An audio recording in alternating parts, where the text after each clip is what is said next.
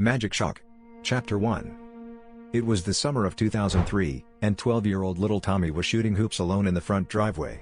He didn't have any friends, and his dad was never really around, so unfortunately this was very common. He had gotten pretty good though, playing horse by himself. After half an hour swooshing in the net, he was pretty hot. So he opened the garage door to grab something refreshing from the end of the room, with only a trail leading through the piles of stuff. His mom didn't like to throw anything away. He rolled his eyes at the new arrivals. Popsicles or Capri Sun? Capri Sun. He stuck the straw inside and sucked it dry. Even for a kid it was too sugary, but it hit the spot. Clank. Ah. A hammer had hit the ground off a long table covered in his dad's tools. How did you get in here? The squirrel made squirrel sounds like it was looking for a mate in a place like this, flashing its tail like a peacock. He chased it away.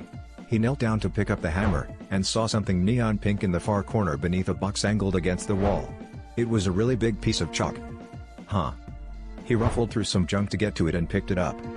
He could play around the world game with this, he thought. He made his way out of the garage and went to draw the first circle.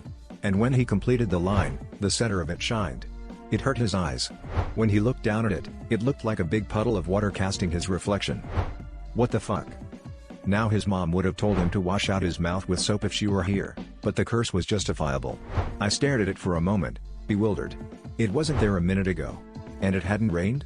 He looked up at the sky, then back down. He went to put his finger in. What the fuck? He fell back on his back at seeing another finger come through the puddle. He very slowly and cautiously crawled on his hands and knees to take another look. Normal. Just his reflection.